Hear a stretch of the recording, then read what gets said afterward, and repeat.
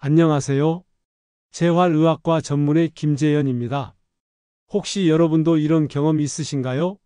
아침에 일어나서 첫 발을 디딜 때 무릎이 뻣뻣하고 아픈 느낌, 계단을 오르내릴 때마다 무릎에서 들리는 뚜둑뚜둑 소리, 쪼그려 앉았다가 일어날 때 누군가 도와주지 않으면 힘든 상황, 나이가 들면 다 그런 거 아닌가요?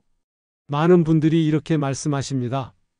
하지만 제가 오늘 분명히 말씀드리고 싶은 것은 절대 그렇지 않다는 사실입니다. 지난 20년간 수많은 무릎 관절염 환자분들을 진료하면서 한 가지 확실하게 깨달은 것이 있습니다. 무릎 관절염은 나이 때문에 생기는 질병이 아니라 관리를 제대로 하지 않아서 생기는 질병이라는 점입니다. 실제로 건강보험심사평가원 자료를 보면 국내 65세 이상 노인의 거의 절반이 무릎 관절염으로 고생하고 있습니다. 하지만 놀라운 사실은 같은 나이라도 어떤 분은 산을 오르고 어떤 분은 집 앞 계단도 힘들어 한다는 것입니다. 그 차이는 무엇일까요? 바로 무릎을 제대로 관리했느냐, 그렇지 않느냐의 차이입니다. 많은 분들이 무릎이 아프면 병원에 가서 주사를 맞거나 약을 먹으면 된다고 생각하십니다. 물론 급성기에는 필요할 수 있습니다. 하지만 근본적인 해결책은 아닙니다. 오늘 제가 여러분께 알려드릴 방법은 특별한 장비나 비싼 치료비가 필요한 것이 아닙니다. 여러분의 집에서 여러분의 손으로 여러분이 직접 할 수 있는 방법들입니다. 이 방법들을 꾸준히 실천한 제 환자분들은 놀라운 변화를 경험했습니다. 10년 넘게 주사를 맞아도 나아지지 않던 분이 6개월 만에 통증이 반으로 줄었습니다. 걷기 힘들어 하던 분이 다시 산책을 즐기게 되었습니다. 지금부터 여러분과 함께 무릎 관절염을 집에서 관리하는 확실한 방법들을 나누어 보겠습니다. 오늘 이 시간이 여러분의 무릎 건강을 되찾는 첫걸음이 되기를 바랍니다. 무릎 관절염이 얼마나 심각한 문제인지 구체적인 숫자로 말씀드리겠습니다. 2023년 건강보험심사평가원 통계를 보면 무릎 관절염으로 병원을 찾는 환자 중 65세 이상이 60%를 넘습니다. 더 놀라운 사실은 여성 환자가 남성보다 2배나 많다는 점입니다. 왜 이런 차이가 날까요? 여성은 폐경 후 에스트로겐 감소로 뼈와 연골이 약해집니다. 또한 출산과 육아로 인한 무릎 부담, 집안일로 인한 쪼그려 앉기 자세가 무릎에 지속적인 스트레스를 가합니다. 하지만 성별이나 나이보다 더 중요한 것은 생활 습관입니다. 제가 진료실에서 만나는 환자분들을 보면 공통점이 있습니다. 대부분 이런 말씀을 하십니다. 선생님, 저는 운동을 별로 안 해서 그런 것 같아요. 맞습니다. 무릎 주변 근육이 약해지면 무릎 관절이 모든 체중을 혼자 감당해야 합니다. 특히 허벅지 앞쪽 근육인 대퇴사두근이 약해지면 무릎 연골에 가해지는 압력이 급격히 증가합니다. 비만도 큰 문제입니다. 체중이 1kg 늘어나면 무릎에는 3kg에서 6kg의 추가 부담이 생깁니다. 계산해 보세요. 체중이 10kg 늘었다면 무릎은 30kg에서 60kg의 짐을 더 지고 있는 셈입니다. 그럼 무릎 관절염은 어떻게 진행되나요? 연골은 한번 손상되면 재생이 어렵습니다. 처음에는 연골 표면에 작은 균열이 생깁니다. 이때는 가벼운 뻐근함 정도만 느끼죠. 많은 분들이 이 시기를 놓칩니다. 시간이 지나면 균열이 깊어지고 넓어집니다. 연골 조각이 떨어져 나가면서 관절 안에서 염증이 생깁니다. 이때부터 무릎이 붓고 아프기 시작합니다. 마지막 단계에서는 연골이 거의 사라져 뼈와 뼈가 직접 부딪힙니다. 극심한 통증과 함께 무릎 모양도 변형됩니다. 하지만 여기서 중요한 사실을 말씀드리겠습니다. 무릎이 닿는 속도는 사람마다 다릅니다. 같은 나이, 같은 성별이라도 관리 방법에 따라 10년, 20년의 차이가 날 수 있습니다. 제 환자 중에 80세인데도 매일 산책을 하시는 분이 있습니다. 반대로 50대인데 계단 오르기가 힘든 분도 있습니다. 그 차이는 바로 무릎을 어떻게 관리했느냐에 달려 있습니다. 연골은 재생이 어렵지만 주변 근육과 인대는 나이와 상관없이 강화할 수 있습니다. 혈액순환을 개선하고 염증을 줄이는 것도 가능합니다. 지금부터 그 방법들을 하나씩 알려드리겠습니다. 실제 제가 치료한 환자분 이야기를 들려드리겠습니다. 박순자 할머니 70세입니다. 10년 전부터 무릎 통증으로 고생하셨어요. 처음에는 동네 병원에서 소염제를 처방받아 드셨습니다. 효과가 있었죠? 하지만 시간이 지나면서 약이 점점 듣지 않았습니다. 선생님, 이제 약으로는 안 되는 것 같아요. 그래서 스테로이드 주사를 시작했습니다. 처음에는 한 번만 맞아도 석 달은 괜찮았어요. 그런데 점점 지속 시간이 짧아졌습니다. 한 달, 보름, 일주일. 나중에는 주사를 맞고 3일만 지나도 다시 아팠습니다. 박순자 할머니는 이렇게 말씀하셨어요. 선생님, 제 무릎은 이제 끝난 건가요? 수술밖에 방법이 없나요? 엑스레이를 찍어보니 연골 손상이 꽤 진행된 상태였습니다. 하지만 수술을 권하기 전에 제가 먼저 제안한 것이 있었습니다. 할머니, 석 달만 저를 믿고 따라해 보세요. 매일 15분만 투자해 주시면 됩니다. 박순자 할머니는 반신반의했습니다. 하지만 수술이 무서워서 일단 해보기로 했죠. 첫 번째, 매일 아침 의자에 앉았다 일어나기를 10번씩 3세트 했습니다. 처음에는 5번도 힘들어 하셨어요. 할머니, 괜찮습니다. 천천히 하세요. 무릎이 아프면 잠깐 쉬고 다시 하세요. 두 번째, 저녁마다 따뜻한 물병으로 무릎 주변을 마사지했습니다. 텔레비전을 보면서도 할 수 있는 간단한 방법이었어요. 세 번째, 식단을 바꿨습니다. 일주일에 3번은 등푸른 생선을 드시고 매일 두부나 콩 요리를 한 가지씩 드셨습니다. 처음 한 달은 별다른 변화가 없었습니다. 박순자 할머니도 포기하려고 했어요. 선생님, 정말 효과가 있을까요? 그냥 주사를 맞는 게 낫지 않을까요? 할머니, 10년 동안 망가진 무릎이 한 달 만에 좋아질 수는 없어요. 조금만 더 참고 해보세요. 2달째부터 변화가 시작됐습니다. 아침에 일어날 때 무릎이 덜 뻣뻣했어요. 계단을 오를 때 예전만큼 아프지 않았습니다. 3달째 박순자 할머니가 환하게 웃으며 말씀하셨습니다. 선생님, 어제 시장까지 걸어갔다 왔어요. 작년에는 상상도 못했던 일이에요. 6개월 후 검사 결과는 놀라웠습니다. 통증 점수가 10점에서 5점으로 줄었습니다.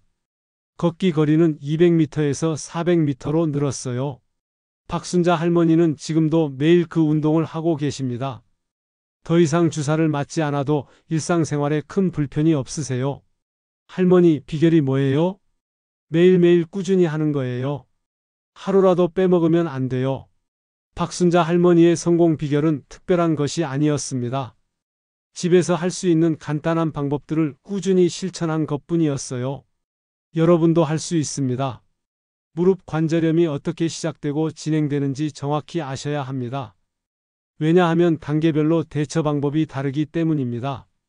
먼저 정상적인 무릎 구조를 설명드리겠습니다. 무릎 관절은 허벅지뼈와 정강이뼈 사이에 있는 연골로 덮여 있습니다. 이 연골은 마치 자동차 타이어처럼 충격을 흡수하고 뼈끼리 부딪히지 않게 해줍니다. 연골 주변에는 관절액이라는 기름 역할을 하는 액체가 있어 움직임을 부드럽게 만들어줍니다. 그런데 나이가 들거나 무리한 사용으로 연골에 문제가 생기기 시작합니다. 초기 단계를 살펴보겠습니다. 연골 표면에 미세한 균열이 생깁니다. 이때는 아직 통증이 심하지 않아요. 아침에 일어날 때 무릎이 조금 뻣뻣한 느낌이 듭니다. 10분 정도 움직이면 괜찮아지죠? 계단을 오르내릴 때 가끔 무릎에서 소리가 납니다. 뚜둑뚜둑 또는 바스락거리는 소리예요. 쪼그려 앉았다가 일어날 때 살짝 당기는 느낌이 있습니다. 많은 분들이 이 시기에 이렇게 말씀하세요. 나이가 들어서 그런가 보다. 좀 쉬면 나아지겠지. 하지만 이때가 가장 중요한 시기입니다. 초기에 제대로 관리하면 진행을 충분히 늦출 수 있거든요. 중기 단계로 넘어가면 증상이 뚜렷해집니다. 연골 손상이 깊어지고 넓어집니다. 연골 조각들이 떨어져 나가면서 관절 안에 염증이 생깁니다. 이때부터 무릎이 붓기 시작해요. 통증도 달라집니다. 아침 뻣뻣함이 30분 이상 지속됩니다. 계단 오르내리기가 힘들어지고 평지를 걸을 때도 불편함을 느낍니다. 특히 날씨가 흐리거나 비가 오면 무릎이 더 아픕니다. 관절 내 압력 변화 때문이에요. 선생님, 요즘 일기예보보다 제 무릎이 더 정확해요. 환자분들이 자주 하시는 말씀입니다. 이 시기에는 일상생활에 제약이 생기기 시작합니다. 오래 서 있거나 걷기가 힘듭니다. 무거운 물건을 들고 계단을 오르는 것은 거의 불가능해집니다. 말기 단계는 심각합니다. 연골이 거의 사라져서 뼈와 뼈가 직접 맞닿습니다. 이때의 통증은 참기 어려운 수준이에요. 가만히 앉아 있어도 아프고 밤에 잠을 이루기 힘듭니다. 무릎 모양도 변형됩니다. O다리나 X다리로 변하면서 걸음걸이도 달라집니다. 보행거리가 현저히 줄어들어 일상생활이 거의 불가능해집니다. 하지만 여기서 중요한 사실을 말씀드리겠습니다. 모든 사람이 이 과정을 똑같이 겪는 것은 아닙니다. 진행 속도는 개인차가 매우 큽니다. 어떤 분은 초기 단계에서 10년 이상 머물기도 하고 어떤 분은 몇 년 만에 말기로 진행하기도 합니다. 그 차이를 만드는 것이 바로 관리입니다. 초기에 적절한 운동과 생활습관 교정을 하면 진행을 크게 늦출 수 있습니다.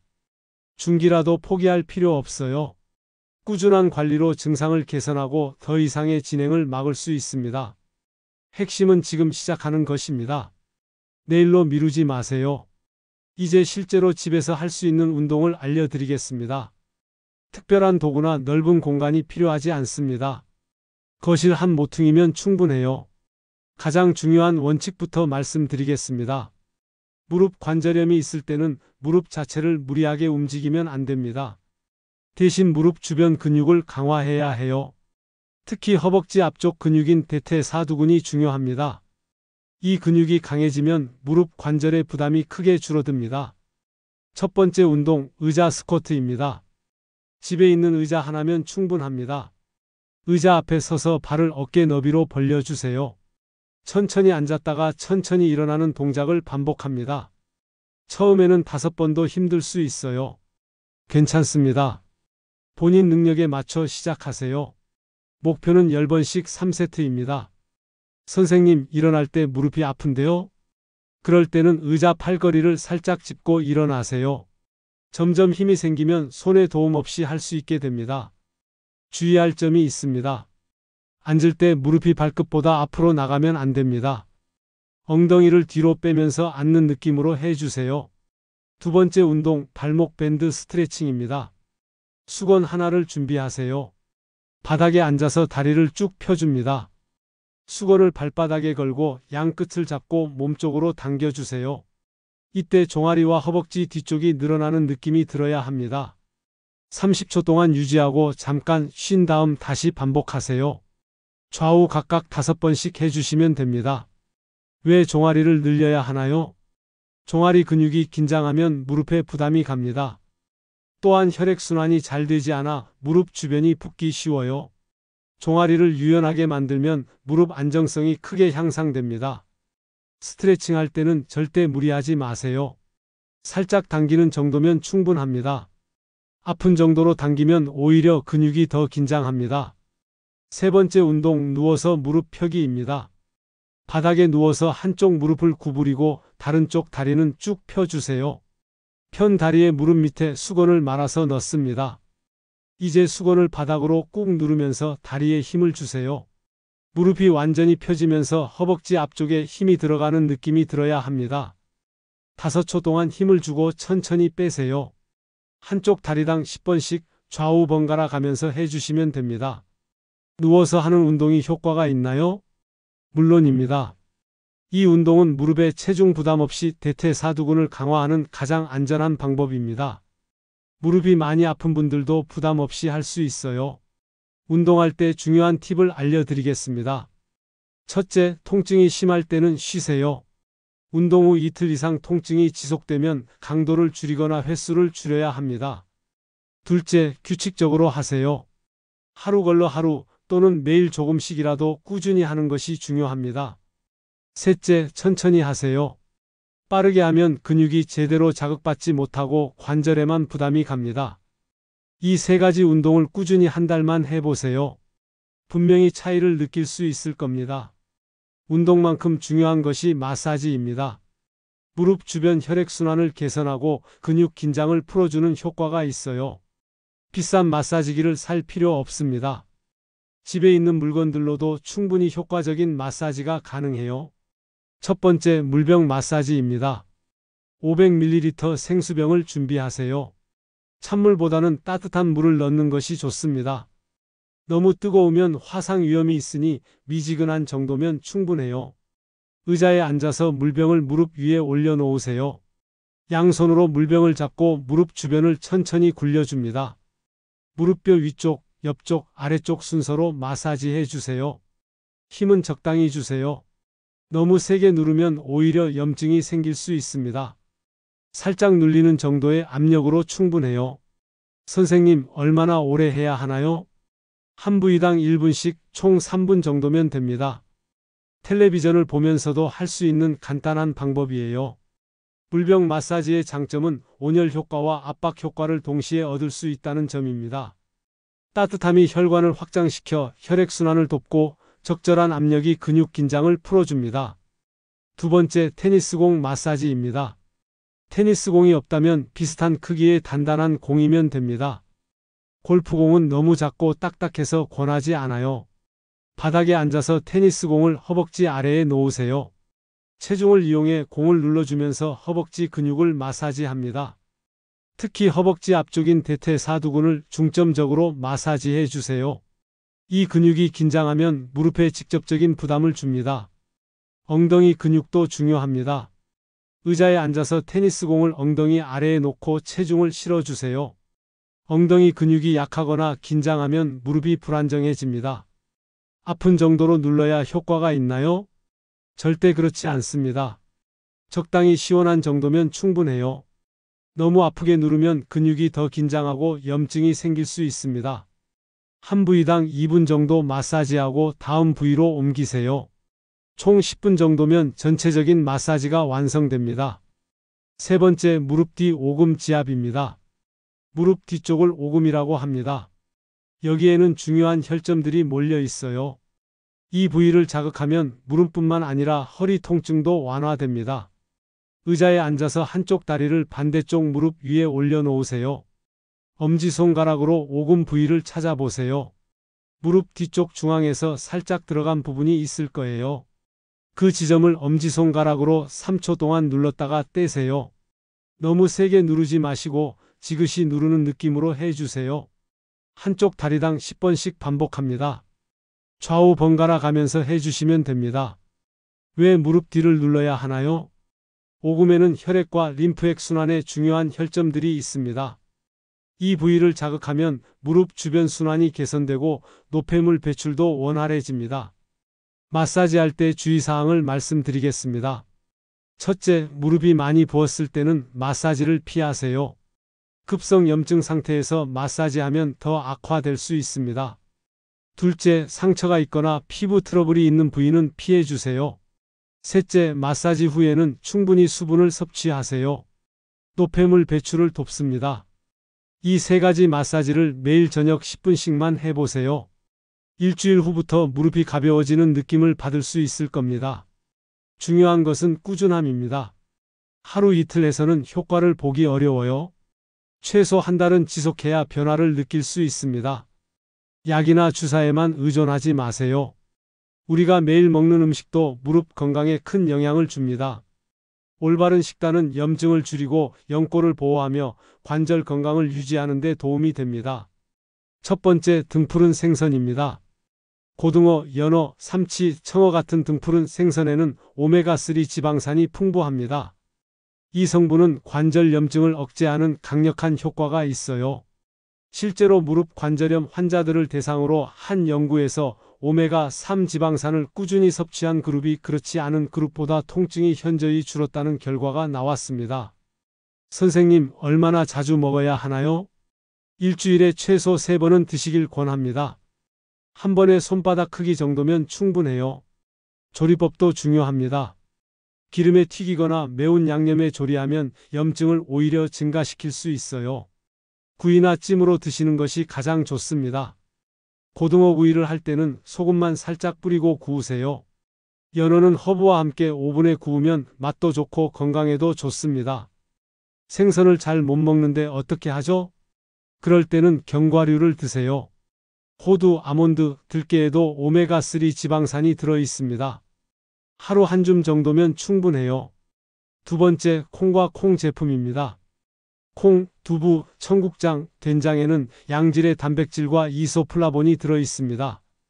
단백질은 연골과 근육을 만드는 기본 재료이고 이소플라본은 연골을 보호하는 역할을 합니다. 특히 여성분들에게 중요합니다. 폐경 후 에스트로겐이 부족해지면 뼈와 연골이 약해지는데 이소플라본이 에스트로겐과 비슷한 작용을 해서 연골 손상을 늦춰줍니다. 두부는 얼마나 먹어야 하나요? 하루에 반 모 정도면 됩니다. 청국장은 일주일에 3번 정도 드시면 좋아요. 두부 요리할 때 팁을 하나 드리겠습니다. 두부를 팬에 구울 때 기름을 많이 사용하지 마세요. 키친타월로 기름을 살짝 발라주는 정도면 충분합니다. 청국장찌개를 끓일 때는 돼지고기보다는 두부나 버섯을 넣어주세요. 포화지방 섭취를 줄이고 식물성 단백질을 늘릴 수 있습니다. 콩나물국도 좋은 선택입니다. 콩나물에는 비타민 C와 식이섬유가 풍부해서 항염 효과가 있어요. 세 번째, 십자화과 채소입니다. 브로콜리, 케일, 양배추, 무, 배추가 여기에 속합니다. 이 채소들에는 설포라판이라는 성분이 들어있어요. 설포라판은 연골을 파괴하는 효소의 활동을 억제합니다. 쉽게 말해서 연골이 더 이상 망가지지 않도록 보호해주는 역할을 합니다. 브로콜리는 데쳐서 드시는 것보다 살짝 볶아서 드시는 게 좋습니다. 설포라판은 열에 약간 가열했을 때 더 잘 흡수돼요. 케일은 샐러드로 드시거나 스무디에 넣어서 드세요.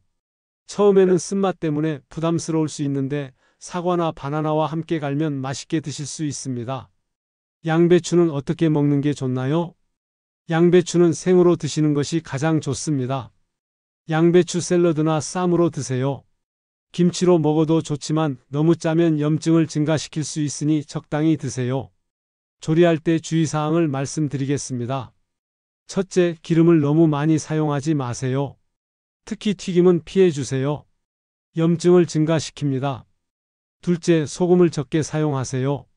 짠 음식은 관절 부종을 악화시킵니다. 셋째, 설탕이 많이 들어간 조리법도 피해주세요. 당분은 염증 반응을 촉진합니다. 이 세 가지 음식을 매일 식탁에 올려보세요. 생선 요리 하나, 콩 요리 하나, 채소 요리 하나면 됩니다. 처음에는 번거로울 수 있지만 습관이 되면 어렵지 않아요.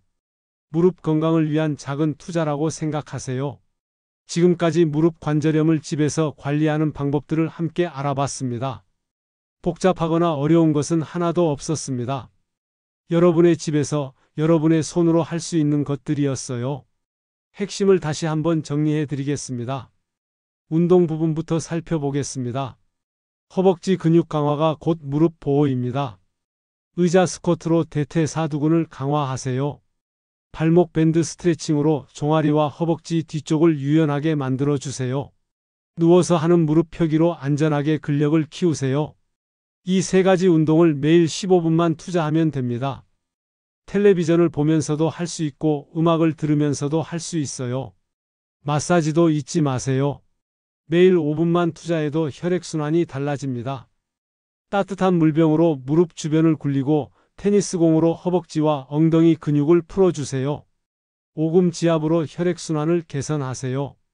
마사지는 운동 후에 하시는 것이 가장 효과적입니다. 긴장된 근육을 풀어주고 피로 회복을 돕습니다. 음식도 중요합니다. 무릎에 좋은 3대 식품을 기억하세요. 등푸른 생선으로 염증을 억제하고 콩과 두부로 연골을 보호하며 브로콜리와 케일로 연골 파괴를 막으세요. 선생님, 이 모든 것을 매일 해야 하나요? 완벽하지 않아도 됩니다. 처음에는 하나씩 시작하세요. 오늘 저녁부터 실천할 수 있는 것 하나를 선택해 보세요. 생선 요리 하나를 식탁에 올리는 것부터 시작할 수도 있고 의자에서 일어나고 앉기를 5번 해보는 것부터 시작할 수도 있어요. 중요한 것은 시작하는 것입니다. 제가 20년간 환자분들을 진료하면서 확신하게 된 한 가지가 있습니다. 작은 변화가 10년 후 무릎을 지켜준다는 사실입니다. 박순자 할머니처럼 10년간 주사에 의존하던 분도 6개월 만에 달라질 수 있어요. 여러분도 할 수 있습니다. 하지만 한 가지 약속해 주세요. 하루 이틀 해보고 효과가 없다고 포기하지 마세요. 최소 한 달은 꾸준히 해보세요. 변화를 느끼기 시작하면 자연스럽게 습관이 됩니다.